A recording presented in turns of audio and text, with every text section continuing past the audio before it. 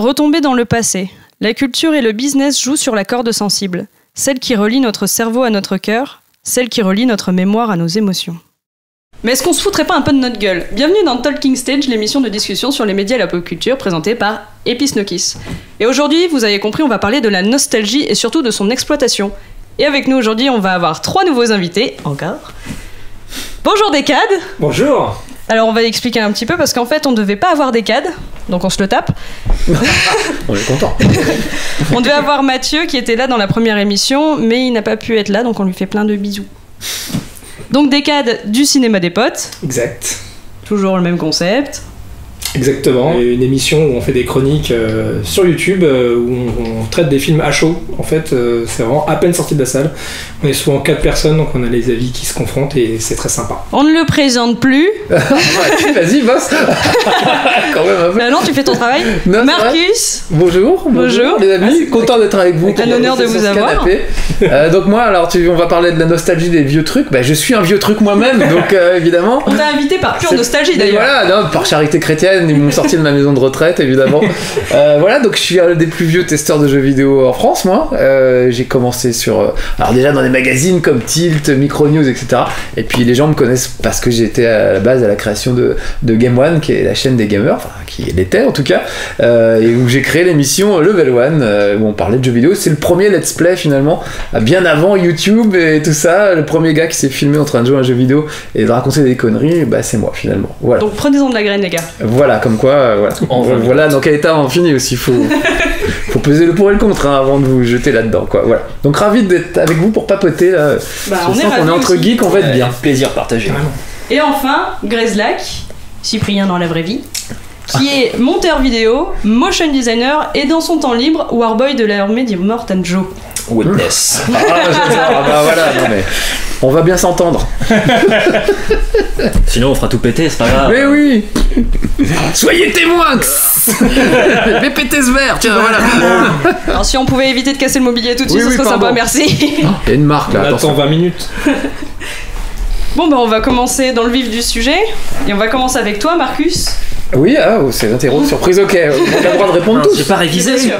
D'accord. Et là, la question s'adresse à toi, puisque Ouais. ce sera toi qui sera le plus à même de répondre. Ouais, Marcus, la question qui brûle les lèvres de tout Aidez-moi. le monde ici, oui. est-ce que c'était vraiment mieux avant ?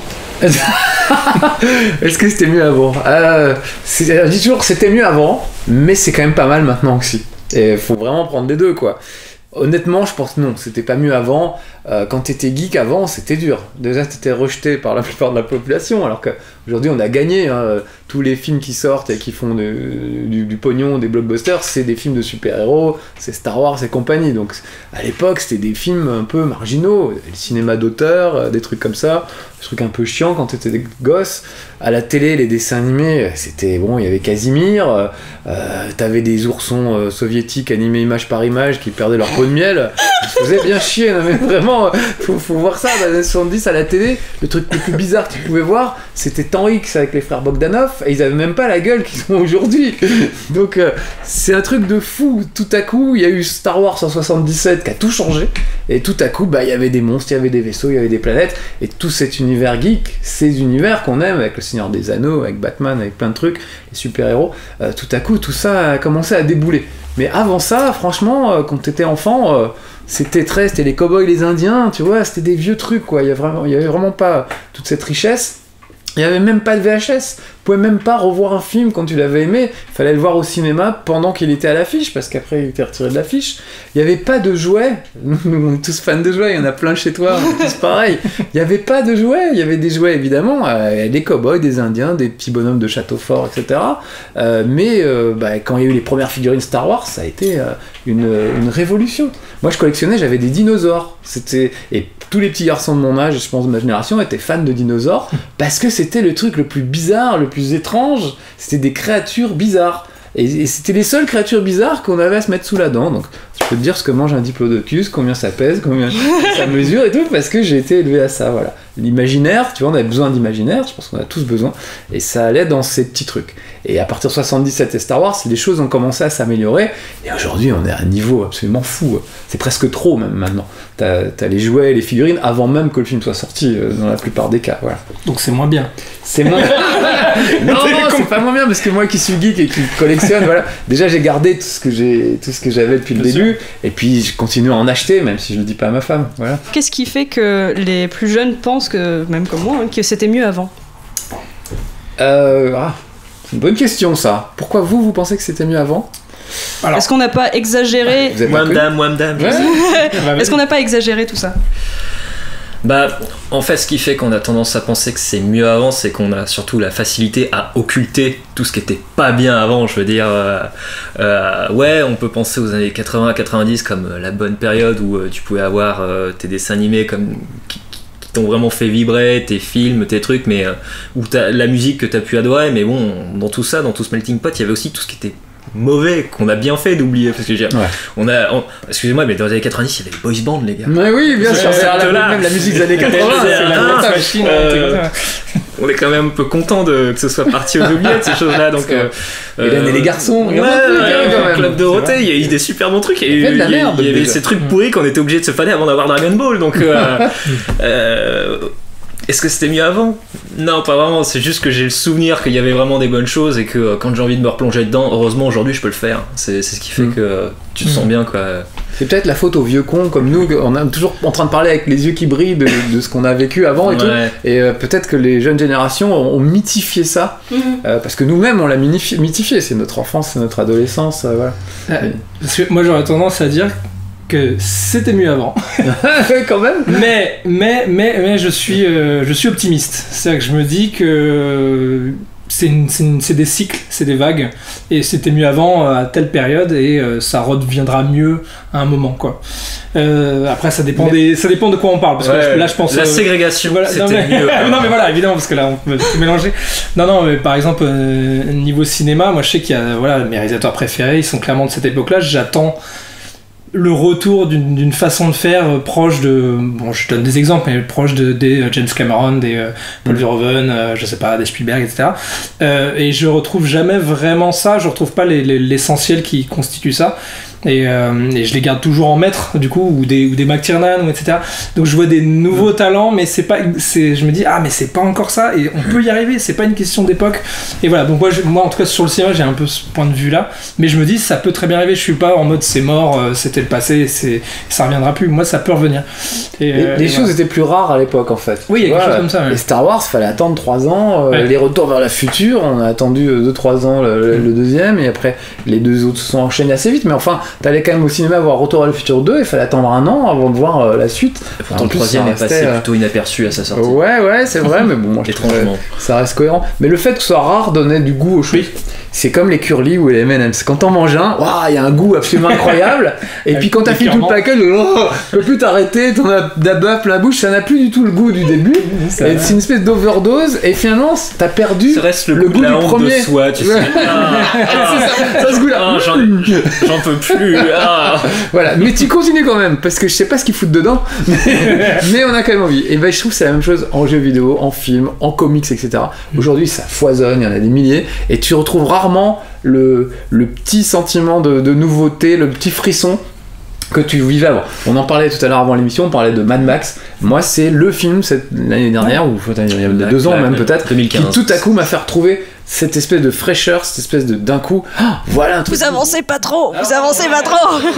Mais voilà, mais ce que je veux dire, c'est le fait que les choses étaient rares à notre époque les rendait beaucoup plus précieuses. Aujourd'hui, il y a des films de super-héros à la chaîne, il y en a tous les 3 mois pratiquement. Donc on est un peu blasé, quoi, finalement. Est-ce qu'on peut être nostalgique d'une période qu'on n'a pas vécue ?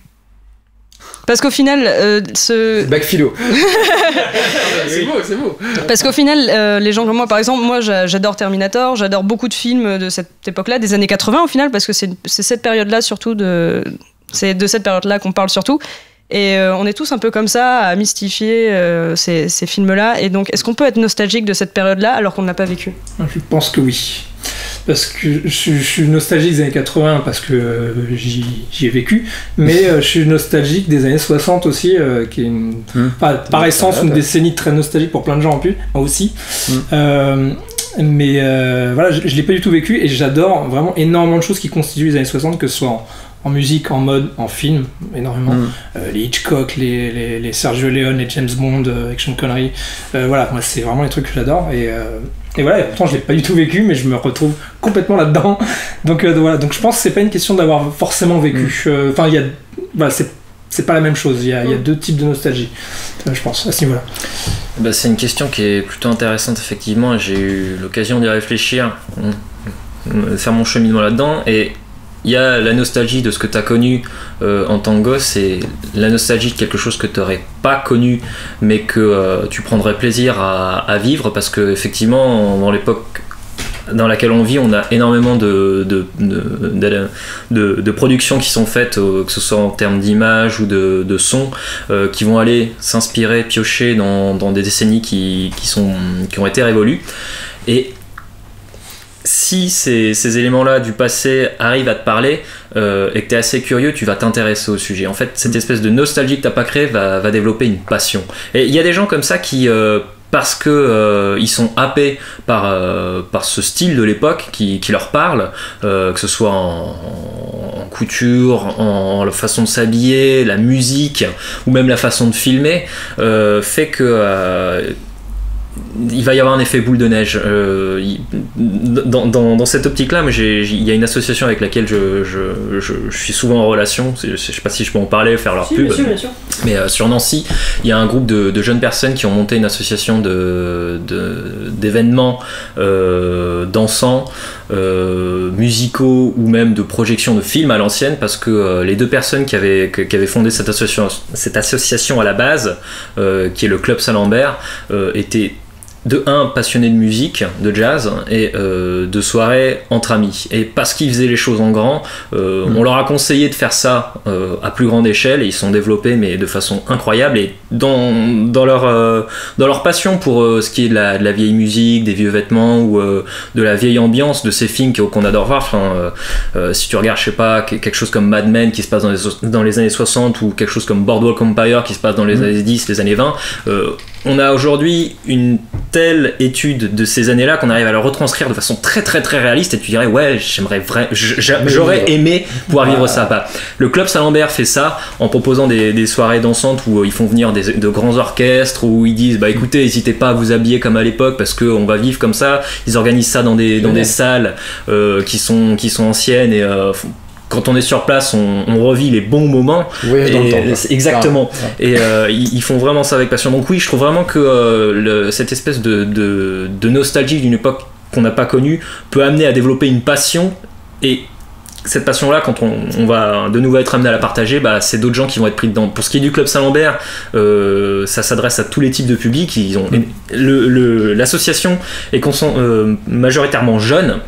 Mais dans le public qui vient les voir, bah, ils ont des jeunes, mais ils ont aussi des personnes de 50, 60, 70 ans qui vont les voir et qui disent je suis émerveillé par votre travail, parce que moi le jazz je l'ai vécu quand j'étais tout petit, il fallait aller dans des cabarets et tout, c'était de la musique dont on n'avait pas le droit d'écouter, et quand je viens vous voir, j'ai l'impression de revivre des années passées. Et c'est leur nostalgie à eux que des jeunes ont ramené à la vie. Ah, c'est beau. C'est beau ce que tu dis. Ouais, ça donne envie en tout cas. Ouais, vraiment. Si vous êtes intéressés, n'hésitez pas à aller les voir sur leur page. Ils ont un Facebook, ils ont un Twitter, ils ont aussi une chaîne YouTube. Bah, moi je suis d'accord avec mes complices, effectivement, tu peux tout à fait être nostalgique d'une époque que tu n'as pas connue. Je le vois, alors c'est pas pour faire ma promo, mais tu as mis mes livres qui sont là. C'est 2 livres sur l'histoire des jeux vidéo. Le premier, c'est les années 70-90, le deuxième, 90-2000. Je fais beaucoup de salons où je dédicace ces livres. Et ces livres, il y a des gamins de 10 ans, 15 ans qui me les achètent et qui me demandent de les dédicacer. Et toujours, je leur demande, je dis, mais t'étais même pas né, même pas en 90. Comment ça se fait que tu achètes ce livre? C'est des antiquités, c'est des trucs pour les vieux, t'as pas la nostalgie de ça, tu n'étais pas né. Et tous, ils ont la même réponse. Ils me disent, bah moi je suis un passionné de jeux vidéo. Le jeu vidéo c'est mon monde, c'est mon univers, c'est ma tribu. J'ai envie de tout savoir sur le jeu vidéo, aussi bien les jeux qui sortent aujourd'hui que ce qui s'est passé avant, d'où viennent les idées, les concepts, les graphismes, etc. Par où, quelles sont les étapes qu'on a franchies pour arriver à un Assassin's Creed aujourd'hui où tu vas voir l'Égypte reproduit avec les pyramides. Et ben avant, il a fallu avoir un pauvre Indiana Jones sur Atari 2600 avec le bâton, on voit vaguement son chapeau, et c'est le pire jeu de tous les temps. Voilà, ils ont envie, et c'est la passion en fait qui les pousse à vouloir découvrir ce qui s'est passé avant leur naissance. Et à compléter leur et voilà, et des époques époques qu'ils n'ont pas connues. Et ça m'a toujours frappé, et je demande toujours, et j'ai toujours cette réponse. C'est je suis un passionné, c'est mon univers, j'ai envie de tout savoir sur ce truc. C'est génial ça. Ouais, c'est super, moi je suis hyper fier de me dire je transmets, comme tu disais, l'amour du jeu vidéo, de ce que j'aime en tout cas, à des gens qui n'ont pas connu ces périodes-là, quoi, voilà. Puis aujourd'hui, avec les émulateurs, tu peux ressortir tout. Hein, donc. Dans le cinéma et dans les séries, moi je pensais aussi à la culture doudou. Toutes ces séries, notamment, je pense à Stranger Things notamment, qui nous balancent des références des années 80 qui ne nous parlent pas forcément, mais qu'on connaît quand même quand on les voit.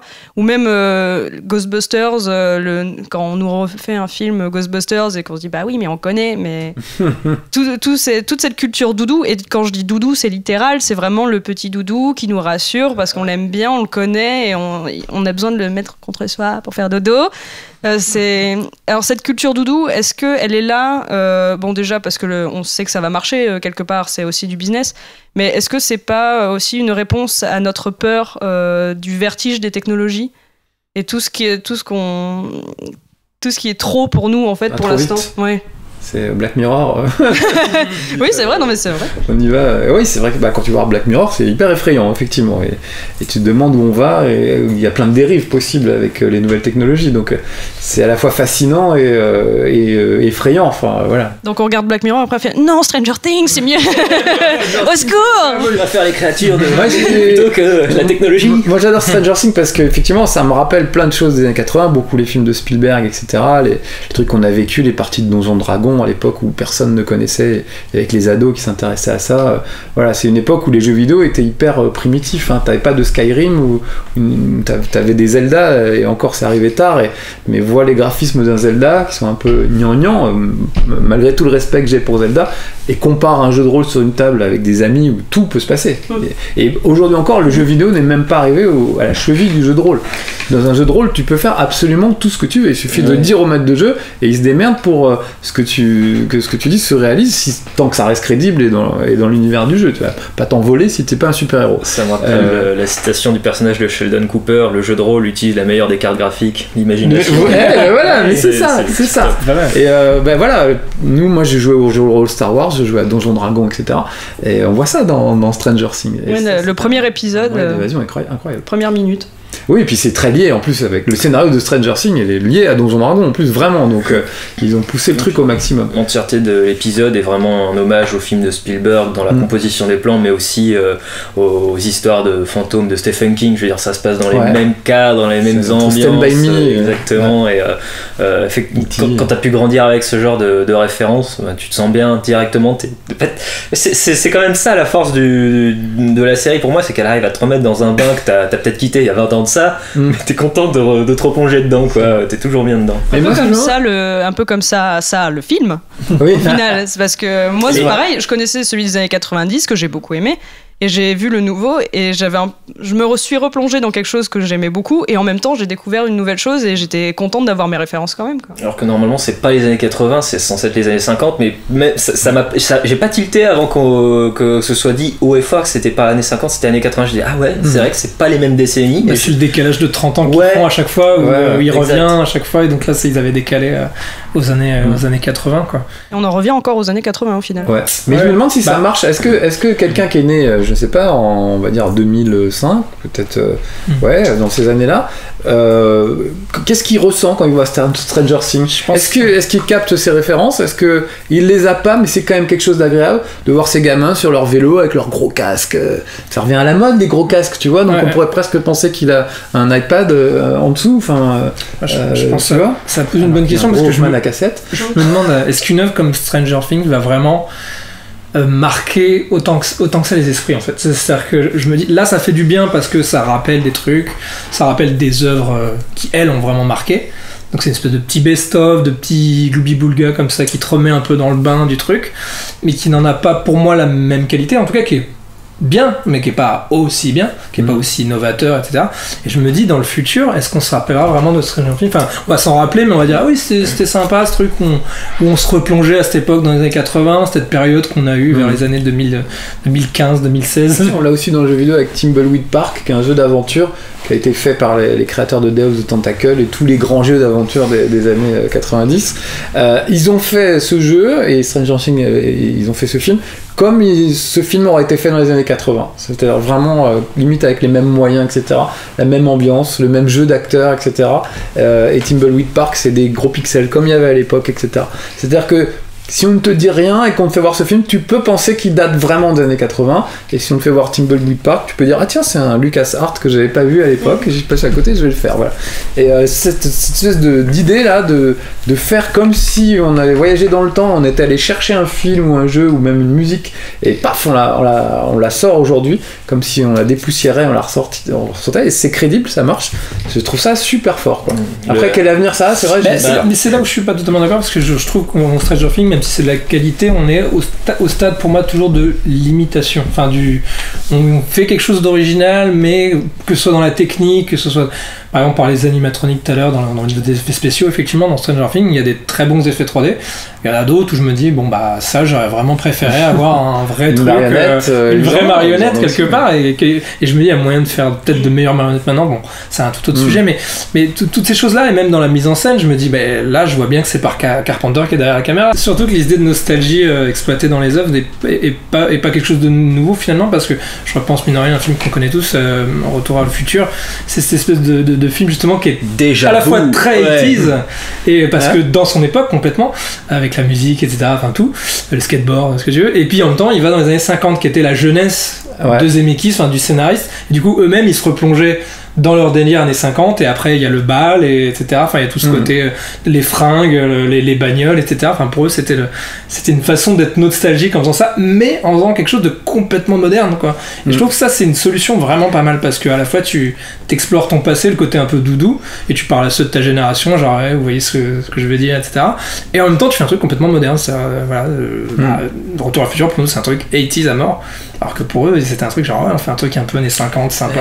Quand ils ont voulu visualiser un futur, leur futur façon années 80, je veux dire, il est ultra rétro, mais c'est resté une iconographie que tous les fans connaissent, quoi, je veux dire, le café rétro qui ne fonctionne pas très bien, l'overboard, non franchement c'est un bon compromis, je pense. Voilà. On va avancer un petit peu parce que sinon on va jamais s'en sortir. Alors la question suivante, c'est qu'est-ce qui motive votre nostalgie, vous, en général? Petite question perso. Une question plus simple. Qu'est-ce qui vous donnerait plus envie de jouer à un jeu ou de voir un vieux film plutôt que de jouer à un nouveau jeu sur PS4 ou de voir le dernier film blockbuster au cinéma? Moi je sais, madame. Vas-y. Moi je simplifierais ça en disant c'est le syndrome de Peter Pan. Je veux dire, des fois on ne veut pas grandir. D'accord. On en a un exemple là. parce que la vie va te prendre tout ce que t'as, que la responsabilité des fois c'est pas top. Ça va aller vieux. C'est trop nul. Quoi, je dois payer mon loyer, c'est trop nul. Non, moi je vais retrouver ma console, je vais retrouver mes... C'est vrai qu'il y a un truc un rituel de gosse que je surkiffe depuis toujours, c'est genre le samedi matin, tu t'habilles pas, tu prends ton bol de céréales et tu te mates les dessins animés. Et t'es adulte aujourd'hui, donc tu peux prendre la responsabilité de le faire. C'est ça qui est cool. Mais quelque part, tu restes quand même enfermé dans cette espèce d'état d'esprit. C'est un peu le plaisir honteux, quoi. Tu retrouves ça, et clairement moi j'associe ça, la nostalgie à cette envie-là, quoi. Il a raison, le moteur, c'est que on fuit la réalité d'une certaine manière. Nous autres geeks, vraiment, on se réfugie dans des univers imaginaires consciemment, ça c'est important de le dire, parce que la vie elle est chiante, elle est triste souvent, enfin en tout cas c'est thérapeutique. Il y a des bons moments, oui, mais c'est vrai, mais c'est dramatique. T'allumes la télé, tu regardes les infos, t'écoutes le top 10 de la musique actuelle, ça me rend malade. J'ai envie de revenir, oh là là, je rembobine, ça rend tout le monde malade. Mais oui, mais pas tout le monde, parce que les jeunes, je pense que les mecs qui écoutent Jules aujourd'hui, dans 20 ans, malheureusement, ils diront ah mais c'était super Jules. Ils vont pas se rendre compte que c'était de la merde. À l'époque, Indochine, je trouvais déjà que c'était de la merde, moi, tu vois, dans les années 80. J'adorais Téléphone, mais j'aimais pas Indochine, je trouvais que c'était vraiment nul et tout. Bon, bah voilà, mais je garde un culte pour Téléphone, pour AC/DC, pour des groupes comme ça. AC/DC, ça tient toujours la route aujourd'hui, ils remplissent toujours des stades. Je suis pas sûr que Jules remplisse des stades dans ou PNL ou toutes ces conneries. Je pense que ou Maître Gims, il trouvera une filière et un producteur, je sais pas. Oui, voilà. Ce sera un truc rétro, mais justement. Faut être lucide, hein. Nous, on a beau pas aimer, ça sera la nostalgie du futur pour ceux qui sont en train de le vivre aujourd'hui et qui adorent. Et ça se respecte, évidemment. Voilà, on fait les vieux cons et tout, mais bien sûr, chacun a le droit d'aimer ce qu'il veut. Hein. Après tout, nous, on aime des trucs qui sont pas forcément bien. Voilà, j'aime Howard le Canard. Bon, plaisir honteux. Voilà, tu vois, il est coupable. Le Star Wars Holiday Special, c'est quand même. Oh là, tu vas trop loin, mec. Même j'ai une copine qui est fan de Jar Jar, tu vois, les figurines de Jar Jar. Bon bah tout est possible. Et tant que tu trouves ton plaisir, voilà, peu importe le truc. Et ça c'est le côté doudou vraiment, parce que là on touche vraiment à ça, parce que quand on part dans une nostalgie doudou, c'est qu'on est prêt même à apprécier, à regarder des trucs qui étaient pas bien en fait, mais parce que c'est comme c'était de ton époque, ça te rappelle genre justement les Holiday Special machin, alors c'est pas mon époque typiquement, mais c'est un truc, je me dis, je me ressens plongé dans un truc hyper insouciant et tout, et je me dis il y a une espèce de sincérité géniale là-dedans, et c'est nul, mais c'est génial en même temps, parce que tu te dis c'est impossible que ça existe maintenant, quoi. C'est trop rare, quoi. Et je pense qu'il y a un peu de ça. Je pense que le truc avec Jules, effectivement, je pense que dans plein d'années il y a des gens qui disent ah c'était trop bien Jules, c'était ma jeunesse, l'insouciance et tout. Et pareil, les To Be Free, il y a des gros fans hardcore, enfin qui se ils existent encore. Ouais, mais qui se retrouvent sûrement des réunions, des machins. Bon, ils existent plus, mais s'ils avaient pu refaire un concert maintenant, je pense qu'ils en feraient un, et il y aurait des gens pour faire. Je crois effectivement. Et c'était nul, mais c'était leur jeunesse, donc ça leur ramène à l'insouciance. La nullité peut avoir des qualités aussi. Oui, au Grand Rex, chaque année, il y a la nuit Nanarland. Voilà, on passe la nuit à regarder des merdes incroyables. Mais voilà, ça passe un tel palier que ça devient agréable à regarder. C'est pas des trucs populaires. C'est une contre-culture qui s'est développée où effectivement on se met à apprécier. C'est super convivial, parce que le principe du nanar, c'est de voir ça entre potes avec une bière et une bière à la main, une guitare, et d'échanger des vannes par-dessus les répliques de films. C'est vrai, c'est delightful. Alors quand je parlais de motivation de nostalgie, je voulais aussi vous amener à, par exemple, oh regardez le coffret des 25 ans de ce film-là, oh achète-le. J'achète direct. Voilà, non mais voilà. C'est beaucoup de choses comme ça aussi, c'est refaire des événements, des ressorties, des anniversaires, enfin des choses comme ça. Est-ce que ce genre de choses, même quand on sort par exemple la Super Nintendo, oh regardez, on l'a refait en mini, est-ce que ça vous motive justement à racheter, ou est-ce que ça vous rappelle des choses et vous vous dites justement ah bah oui il me le faut parce que ça me rappelle ça? Moi, je préfère l'original à la copie. Je préfère aller sur une... Alors, ça se fait plus maintenant, mais aller sur une brocante et me dénicher l'Atari 2600 de mon enfance avec des vraies cartouches que je vais manipuler, etc. Plutôt que faire tourner un émulateur ou acheter une NES Mini ou un truc comme ça. Après, la NES Mini, elle est tellement mignonne. Tu vois, il y a ce côté kawaii qui est quand même fou, et c'est un bel objet, donc ça donne envie. Ils arrivent à nous avoir par ce biais-là, et ils nous revendent des trucs qu'ils ont amortis une fois depuis des années, mais t'es content de leur filer tes sous parce que il y a ce côté nostalgique qui est un vrai moteur, et il y a un vrai plaisir, donc t'as donné des sous mais t'as eu du plaisir en échange, le deal il est correct finalement. Il y a un côté pratique en même temps, dans la NES Mini, le fait que ce soit en HDMI sur ta télé, direct, paf, t'as tous les jeux. D'avoir une prise Péritel. Voilà, alors que ça devient compliqué de trouver une prise Péritel maintenant dans les télés. Attends, et moi c'est une prise d'antenne qu'il faut pour les consoles de mon enfance avant. Et il faut chercher la fréquence comme tu chercherais une station de radio. Donc le rétro gaming devient compliqué à un moment, c'est un truc, une affaire de pro. Donc ça devient une solution alternative, pratique, rapide, et finalement pas si cher vu le nombre de jeux que t'as au final, et d'heures de jeu que tu peux avoir sur ces jeux. En plus ils te font un best-of, ils te choisissent bien les trucs. Voilà. Donc après, si on veut vraiment gratter plus le truc, effectivement il faut partir dans le vrai rétro gaming, et là c'est l'aventure, et c'est ça qui est exaltant aussi, l'aventure financière aussi d'ailleurs, parce que c'est plus en plus. Il y a une grosse hype aussi autour du rétro gaming, enfin il y a qu'à voir, déjà c'est un peu ta faute, d'accord, et extrême, moi quand j'étais petit j'étais la rançon de la gloire, il faut l'accepter. Mais je me suis tiré une balle dans le pied tout seul, parce que à l'époque quand j'ai commencé moi le rétro gaming, déjà c'est difficile de faire du rétro gaming quand t'as commencé avec Pong. Moi, quand j'étais petit, Pong c'était le jeu à la mode, ça venait de sortir. Ouais. Il n'était pas question de faire du rétro gaming, il n'y avait rien avant. Donc il a fallu que j'attende d'être ado et de commencer à bosser l'été à la poste et gagner un peu de sous pour, avec l'argent que j'avais gagné, aller sur les brocantes, racheter les consoles que j'avais pas pu m'offrir à l'époque. Personne ne s'intéressait au rétro gaming, c'est des gens qui vidaient littéralement leur grenier, c'était vraiment le vide-grenier. Tiens, bon, il s'en sert plus de cette console, elle a 15 ans, Il s'en était temps fout, de ça virer vaut les rien. affaires du garçon. Allez, ouais. 10 euros quoi. Aujourd'hui, les gens qui se trouvent même ne serait-ce qu'une Super Nintendo dans leur grenier, ils vont voir tout de suite sur eBay combien ça vaut et ils s'aperçoivent que s'ils ont la cartouche avec la boîte et que tout qui va bien, c'est aussi cher qu'une PlayStation. Alors que moi, c'était économiquement, le rétro gaming, c'était un loisir pas cher. Tu rachetais pour pas cher les trucs qui te faisaient rêver quand t'étais petit. Donc toi, t'avais l'impression de mettre la main sur un trésor, mais tu l'avais payé 10 francs quoi. Aujourd'hui, c'est plus le cas. Si tu veux vraiment les consoles d'époque avec les boîtes et tout, les gens sont en plus souvent collectionneurs, ils veulent la boîte impeccable, voire même pas ouverte. Ça atteint des sommes incroyables. Il y a une vente aux enchères à 3 ans à Paris par Drouot ou je ne sais pas qui. Ils avaient la cartouche de GoldenEye sous blister, c'était le truc que je trouvais à Carrefour à l'époque. Blister plastique dégueulasse hein. Et la pochette dégueulasse. Et c'était mis en vente 16 000 euros. 16 000 euros, faut arrêter quoi. Maintenant, Les je sais mecs ce que se je vais mettent faire si comme j'avais ça, une ouais. DeLorean. quoi. Tu vas à Carrefour, hop hop hop. Il y a ça et aller voir les films au moment de leur sortie aussi. Ah, voilà. C'est les deux trucs que je ferais avec une DeLorean. Ouais. Sinon, si vous n'avez pas d'argent pour acheter des vieilles consoles que vous aimeriez avoir, vous pouvez toujours aller à l'Extra Life.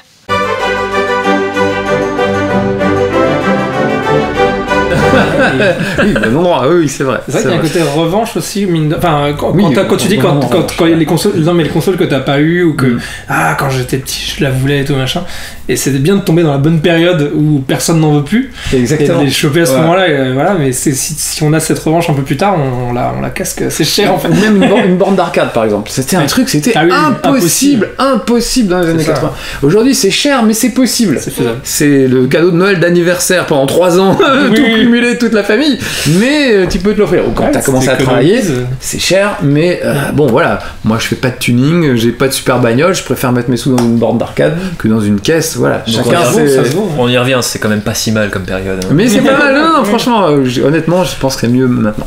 Après, l'overdose nous guette, mais en même Ouais. temps, c'est à chacun de pas tout avaler non plus. On n'est pas Oui. obligé d'aller voir tous les Avengers et tous les films de super-héros qui sortent non plus, tu vois. Il y en a qui sont moins bons que d'autres. Bon, bah voilà, il faut pas. Si tu en vois trop, au bout d'un moment, t'es un peu écœuré, ça se ressemble toujours un peu. Voilà, c'est comme les curly et les M&M's. Tu peux en manger trop. Une petite dizaine, c'est bon. Tu sais très bien qu'on mangera plus que 10, enfin, c'est ça le impossible. problème. Oui, c'est vrai. Bon, et du coup, la nostalgie, on voit que ça nous touche tous, Ouais. et il n'y a pas que nous qui le sachions. Il y a aussi tous ceux qui vendent des produits. Est-ce que vous ne trouvez pas du coup que cette nostalgie, elle est complètement exploitée contre nous en fait? Avec et contre nous. Il serait bête de pas le faire. Après, True.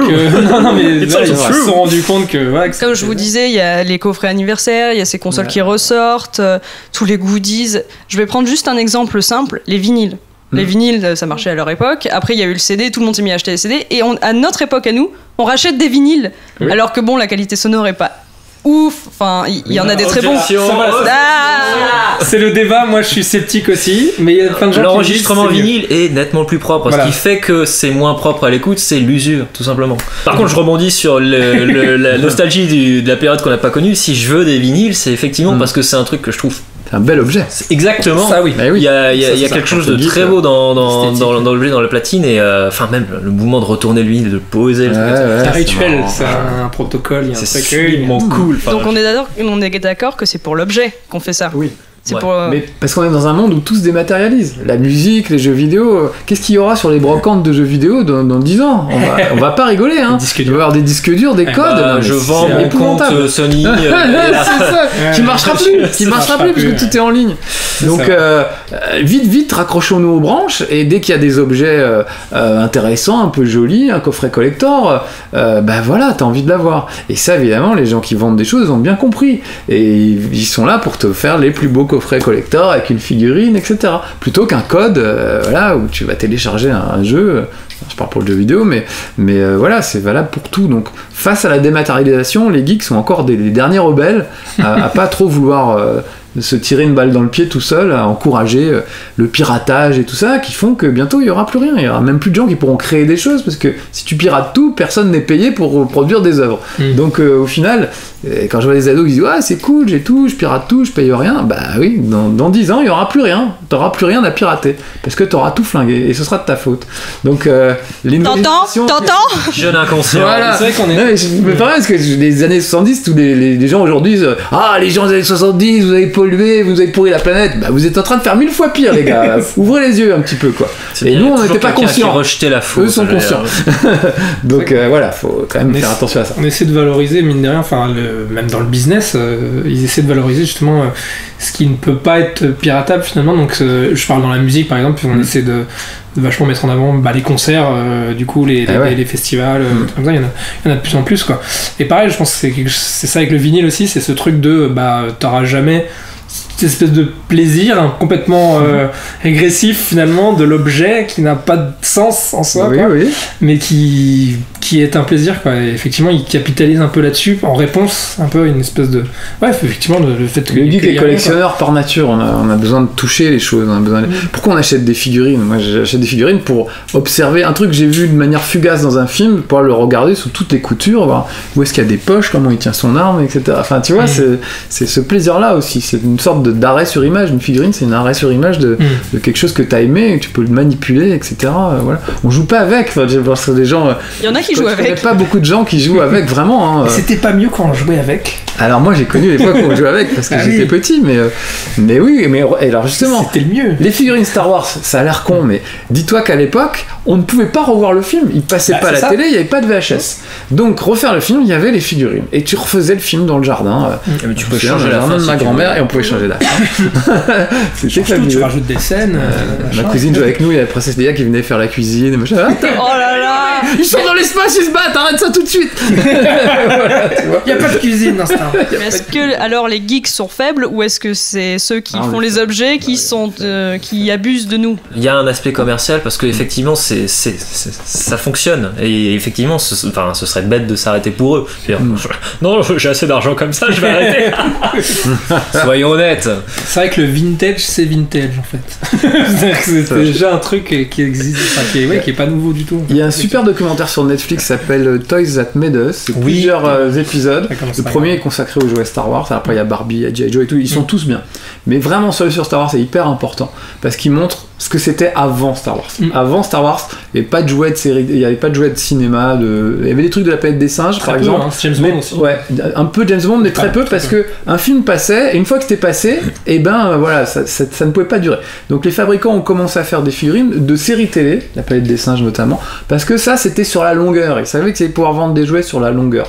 Et Star Wars c'est le premier film où tout à coup on savait qu'on allait pouvoir vendre des jouets pendant, ils savaient pas au début, mais pendant des années. Et Star Wars typiquement a mis en place toute une industrie du jouet et au-delà du jouet du marketing, des serviettes de plage, des oranges BB-8. On est arrivé à un extrême incroyable qui est aujourd'hui écœurant et on est au bord de l'overdose. Quand je vois Chewbacca et machin sont à la poste, vraiment, vous avez vu des stand-up de Chewbacca, il y avait écrit Chewbacca à la poste. Est-ce qu'il fait la queue comme tout le monde ou est-ce qu'il arrache les bras des gens quand il est énervé?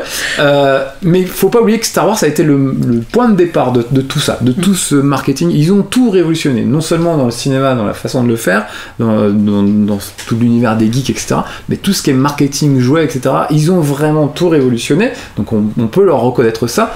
Et c'est les pires dans le domaine du marketing aujourd'hui. C'est ceux qui font les meilleurs, les produits les plus... Oui, voilà. Alors il y a des produits géniaux, hein, j'en achète tout le temps, donc je peux te le dire. Et puis il y a les oranges BB-8 et des trucs complètement inutiles, et des pépitos, je sais pas quoi, des R2. Et ça atteint c'est des dérives si tu veux. On est faible, parce que même sachant ça, et quand tu vas voir ce documentaire sur les jouets, tu vas dire mais oui, tout est calculé, on nous vend tout, on nous revend les trucs, et ils font en sorte de faire des nouvelles figurines pour que les gens comme moi qui ont des enfants aujourd'hui transmettent leur amour de ces produits, parce que c'est des produits, à leurs enfants qui à leur tour vont acheter, etc. Ils t'expliquent qu'ils ont fait la nouvelle trilogie pour récupérer de l'argent, pour justement alimenter tout ce commerce, parce que depuis les premiers Star Wars, ils avaient plus de support pour faire des trucs marketing. marketing. Enfin, tu te sens un pigeon, mais total, mais avec joie. Enfin, je suis content de me faire pigeonner parce Disney, que c'est une j'ai des formidable belles machine de figurines. guerre. Hein, Voilà, tu vois la puissance de Disney derrière tout ça, etc. Donc, tu vois les ficelles, tu sais que t'es qu'une marionnette, mais c'est pas grave. Tu fais des bons mouvements et t'es heureux. Donc, Disney, c'est quand même les rois de la nostalgie. Hein. Enfin, tous les ans, tout le monde regarde au moins un Disney. Non seulement ils tapent dans leur nostalgie, mais ils s'approprient tout ce qu'on adore. C'est l'Hydra moderne, je veux dire, ils sont tous et partout et dans tout. Je veux dire, Disney, quoi. Mais franchement, c'est la pieuvre tentaculaire. Ils ont racheté une bonne partie de la Fox. On va pouvoir voir les X-Men et les Avengers prochainement. Enfin, avec des oreilles. Avec des oreilles. Ils ont pas les Simpsons encore. Le dernier fort de la résistance. Je crois qu'ils ont Alien, puis ils ont la Fox. Fox c'est Alien. Est-ce que il y a la nostalgie et toute cette période de nostalgie qui est plutôt ancrée à notre époque par manque de nouveautés. Je vais citer. Attends, je vais bien le dire parce que ça va pas le faire. Je vais citer Johan Chiaramont de Rokirama, dont j'ai vu l'interview sur l'émission Beats de Arte, qui dit « Quand j'aurai de nouveaux héros, j'arrêterai de me replonger dans les anciens. » Ah, excellent. Très bien, Beats sur Arte. Super émission. J'adore. Et elle est bien, sa citation. Ça fait réfléchir, c'est vrai. Moi, je pensais surtout à tout ce qui est univers super-héros, MCU. On nous ressort des Ghostbusters, on nous ressort encore du Star Wars, on nous ressort beaucoup de licences desquelles on est nostalgique, mais qu'ils essayent de renouveler, mais qu'au final, est-ce qu'on va encore longtemps se bouffer toutes ces licences-là?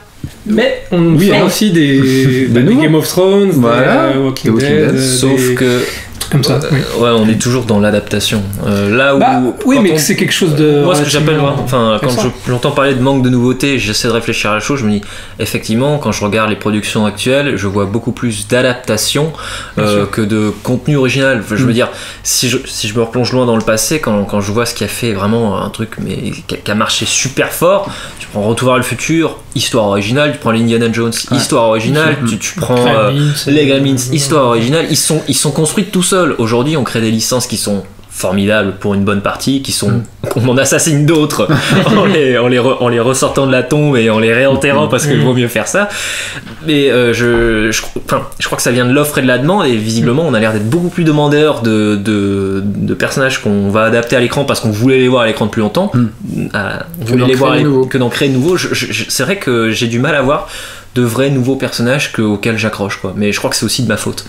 Non, t'as pas tort sur le principe, mais après, Walking Dead, c'est ok, la série est adaptée d'un comic, mais le comic c'est nouveau, il a une dizaine d'années le comic.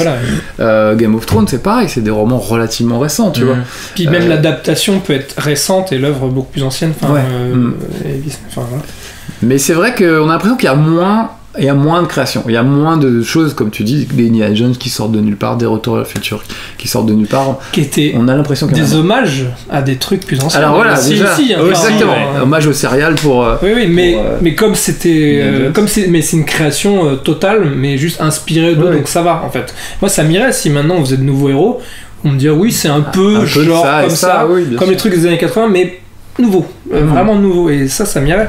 Mais effectivement, il y a beaucoup trop d'adaptations, et effectivement, l'équilibre, il y a un déséquilibre entre les vraies nouvelles créations ou les adaptations récentes. Donc, moi, ça me surprend sur des adaptations de choses récentes. Voilà. Par exemple, Kingsman, c'est vachement bien. Le film et la BD. Kick-Ass, c'est vachement bien. Deadpool, mais alors un peu plus récent qu'un héros un peu plus récent, c'est pas non plus les anciens de.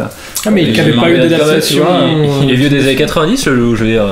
Oui, c'est vrai. Mais alors au cinéma, non, t'as raison, c'est vrai. C'est vrai je cherche des mythes, des trucs aussi puissants qu'un Alien, qu'un Terminator. Récemment, qui serait sorti de nulle part d'un imaginaire. On dirait que ça n'existe plus. Avatar, il y a toujours James Cameron qui est là. Avatar, Matrix, on parle de Matrix, alors ça date un peu. Mais Matrix, c'est la dernière grande création cinématographique culte. Après, les suites ont un peu foutu ça en l'air à mon goût. Mais le premier, pas honte. Voilà, mais c'était la dernière grande création. D'ailleurs, pour moi, ça signe un peu la fin des années 90. Je pense qu'ils vont arriver à faire le tour d'à peu près tout ce qu'ils avaient, tout ce qu'il y a plus, machin. Et bon, après, il y a Musclor qui arrive bientôt aussi.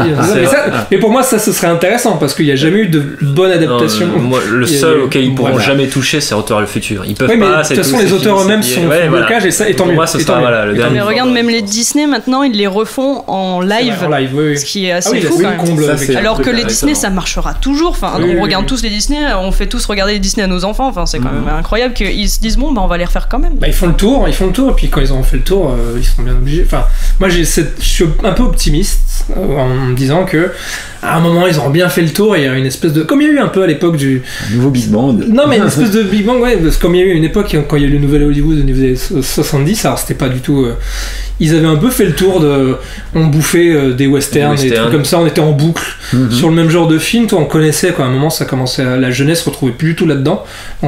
Voilà, même si là ça serait. C'est pas le cas, mais bon, on sait jamais dans un futur. Voilà. Et à un moment, il y a ces gens qui sont arrivés et qui ont fait non, mais on va parler des vrais trucs qui préoccupent la jeunesse, on exite tous ces vieux machins et on réinvente un peu le cinéma pour après resetter tout ça avec typiquement Star Wars, etc. À la fin, je trouve ça, on n'en a pas parlé beaucoup, mais ça a été fait avec le manga et les animés japonais.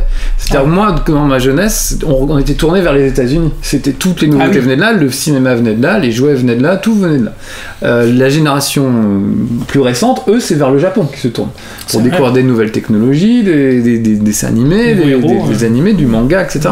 Là, il y a quand même eu un renouveau. On n'en a pas parlé parce que nous, on est peut-être plus dans ce truc de ma génération. J'ai l'impression que tous les deux, vous êtes un peu comme moi sur ça.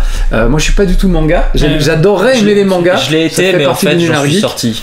J'ai arrêté. Je sais pas, il y a eu un moment où j'ai eu l'impression d'avoir fait beaucoup plus vite le tour de la vague animée japonaise que j'avais pu le faire pour les comics, les dessins animés ou même le cinéma. C'est quand même du 109, non? Par rapport à tout le reste, aux super-héros, etc. C'est ce qui me pose problème, c'est que j'ai découvert le manga vraiment tout petit. Je devais avoir 5 ans quand j'ai eu mon premier Dragon Ball sur mes toilettes et j'étais c'est trop drôle. C'est précis. J'étais à mourir de rire et quand j'ai découvert des nouveautés beaucoup plus tardives, mais j'ai toujours l'impression de revoir cet archétype, mais parce que c'est ce qu'on nous jette aussi le plus au visage, parce que c'est aussi un marketing.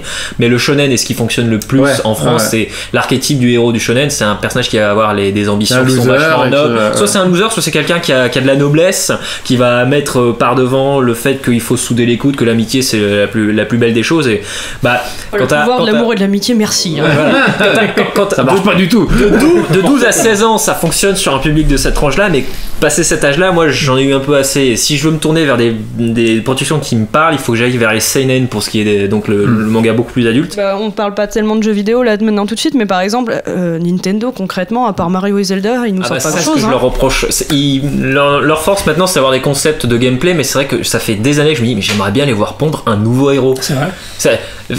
Merci. J'aime. Pas besoin de le dire, c'est très bien.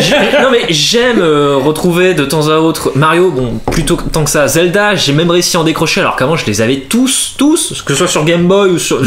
À partir du moment où la GameCube s'est arrêtée, c'est là où moi je me suis arrêté parce que le gameplay de la Wii me parlait pas autant et j'ai décroché. Et la seule qui peut me faire revenir un peu de temps à autre, c'est Samus Aran parce que elle est pas là souvent, c'est un caractère vraiment badass que je suis content de retrouver.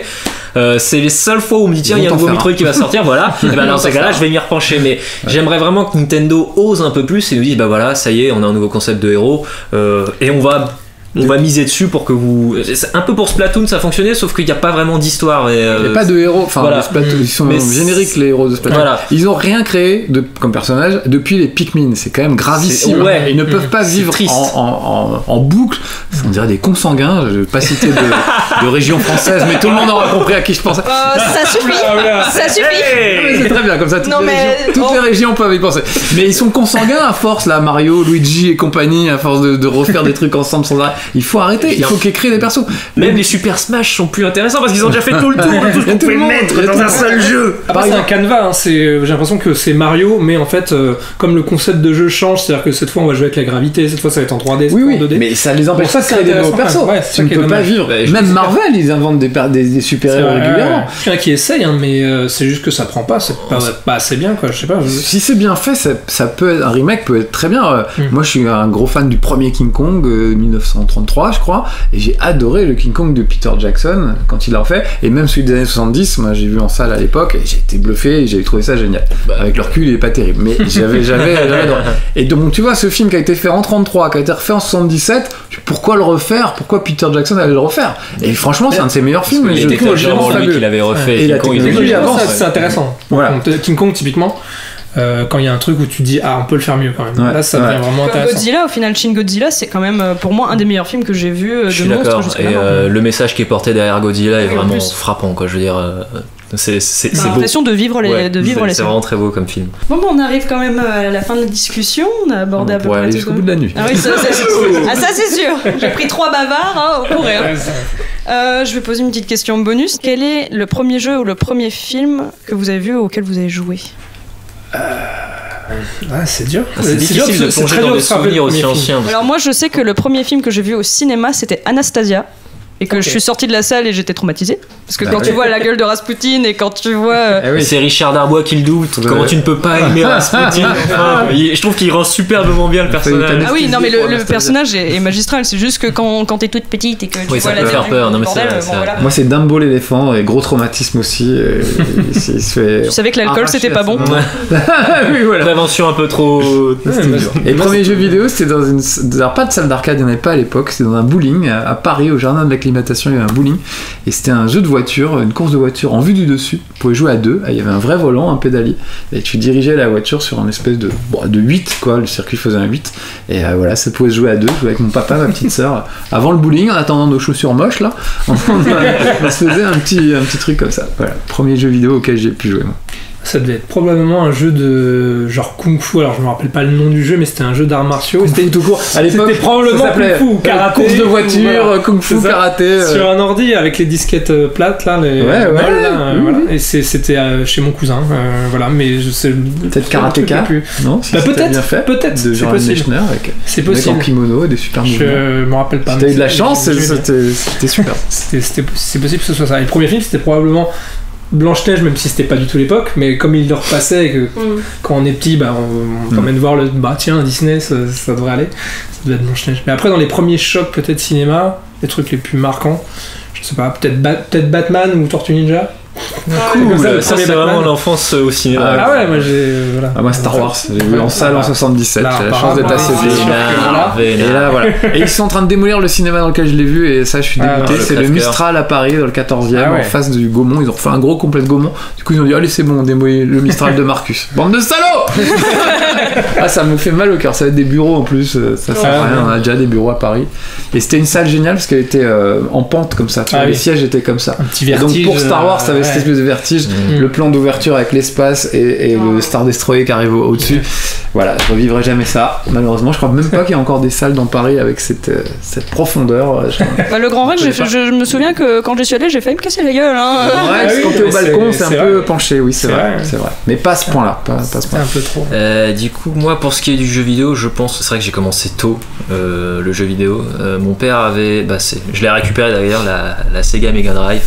Donc je dois encore avoir le boîtier. Je crois que le jeu c'était Thunderstrike, un jeu d'hélicoptère. Je comprenais rien au mission. T'es trop petit, tu comprends pas. Tu vas chercher des canisses d'essence pour pas t'écraser comme une. Les objectifs, je les comprenais pas. Soit c'est ce premier jeu-là que j'ai joué, soit c'est le classique jeu de ski que t'avais sur ordinateur, où quand tu descendais trop longtemps, t'avais l'espèce de monstre qui venait te bouffer tout cru, et tu redoutais à mort le moment où l'espèce de c'est pas un grizzly, c'était, je sais plus, il a un nom particulier, je crois qu'il a traumatisé des générations d'enfants, ce monstre-là, c'était Yeti, non Yeti ouais, peut-être Sport. un Yeti, ouais, quelque chose comme ça, ouais, et il va arriver, ah il est là, et on était à trois, et tu te faisais bouffer. Quelques années plus tard, Slenderman. Tu sais, quand t'es petit, les jeux vidéo pouvaient te faire vraiment peur. Bah, en plus, il y avait ce côté très silencieux avec les bruits et tout. J'ai C'était un jamais truc pu- très mystérieux. quoi. Je crois que c'est avec toi que j'ai découvert le plaisir de regarder quelqu'un d'autre jouer à un Resident Evil. C'est-à-dire, j'ai jamais pu finir un Resident Evil moi-même avant d'avoir au moins, je sais pas, 17 ans. Et j'avais pas le courage. J'avais pas le courage.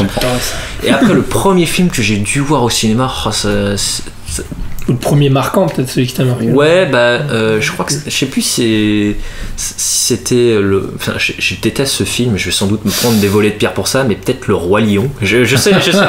Ah, j'adore. C'est bien, J'aime beaucoup Timon et Pumba. J'aime beaucoup Timon et Pumba. C'est vraiment les meilleurs éléments du film. Mais Très vite et baba. je déteste la romance au cinéma. Et je sais pas, je trouve qu'ils ont fait des tonnes avec leur. Mais l'amour brille sous les étoiles. Hein. Ah oui. Mais enfin. Voilà. Dans le Par contre, ronde. je me souviens être allé voir Toy Story au cinéma. Ah. Et alors celui-là, c'était une pure claque. Tu rentres chez toi et tu vas dans ta chambre et tu fais. Mais c'est vrai ça. Moi je sais que mon premier jeu, parce que mon père était prof de techno, du coup il m'a mis sur l'ordinateur pratiquement quand j'avais 2 ans, donc je savais pratiquement faire déjà beaucoup de choses, c'était genre bien. Et du coup mon premier jeu c'était Overcraft 95 je crois, qui était sur Windows 95, et je me souviens que c'était un jeu où tu faisais un Overcraft et tu devais aller récupérer le drapeau avant avant que mon papa récupère le drapeau. Bien, Voilà. bah, à 2 déjà. Mais mon premier choc jeu vidéo, mon cousin avait une PlayStation 1. Déjà, je trouve que l'objet est magnifique. Et mon premier choc, c'était Toshinden, premier jeu de baston auquel j'ai joué. Et je sais que, je refais une pub, Extra Life. Quand je vais à l'Extra Life, j'y ai rejoué il y a pas longtemps et je me souvenais de tout. Et c'est incroyable de se dire, tout reste, mais je me souviens de ce personnage, c'est celui que je prenais tout le temps. Ah, ce décor, il était super et tout. Et Toshinden, ouais, je crois que c'est ma première grosse claque au niveau jeu vidéo. Et ça, c'est qu'on parle de nostalgie, mais en fait, ce qui crée cette nostalgie, c'est aussi les premières émotions, premiers émois. Je sais pas où, mais en rentrant, moi, je vais replonger dedans. C'est vendu. C'est bien chauffé là. Grave. La vie reprend le pas. Non, La c'est vie. nul la vie. non, C'est je nul, veux la pas. vie. Mais on va pas sauter par la fenêtre pour autant, ok? Non, on va jouer Non, à c'est vrai. un vieux truc. On va s'enfermer dans un monde Tiny qu'on aime. Barbarian sur Switch, c'est un petit jeu en pixel avec un barbare, comme son nom l'indique, et c'est complètement calqué sur Conan. Ça commence, il est accroché à un arbre avec des vautours de chaque côté. Comme le et vieux Barbarian, le jeu Barbarian. Voilà, Je fais peut-être c'est hommage à un tous ces dernier trucs. rebond justement sur l'esthétique ancienne, une scène du jeu vidéo qui exploite à mort et qui fait ça d'une façon généralement très bien, de reprendre les vieux concepts pour les adapter dans des jeux très simples, c'est dans la scène indépendante. Je veux dire, Ouais. ils sont très souvent. Si tu veux t'intéresser à un mode de jeu old school, mais avec des jeux qui sortent récemment, va toujours voir sur Steam, ils ont toute une liste de jeux qui payent pas de mine et qui pourtant des fois tu tombes sur des petites perles, ça vaut vraiment le coup, quoi. Je suis tout à fait d'accord. Bah écoutez, merci beaucoup d'être venu. On vous arrête plus. Faut rentrer chez soi maintenant. Moi je Allez, vais on va dormir. pas rester là. On va éteindre les lumières. Bah merci d'avoir donné de votre temps, merci d'avoir répondu à mes questions, merci les 4 d'avoir remplacé Mathieu au pied levé. Bah je remercie encore mon équipe qui est tout autour et que vous ne voyez pas. Coucou. Les hommes de l'ombre. Les hommes de l'ombre qui nous font de la lumière. Et je vous remercie vous de m'avoir suivi. Ciao les monstres.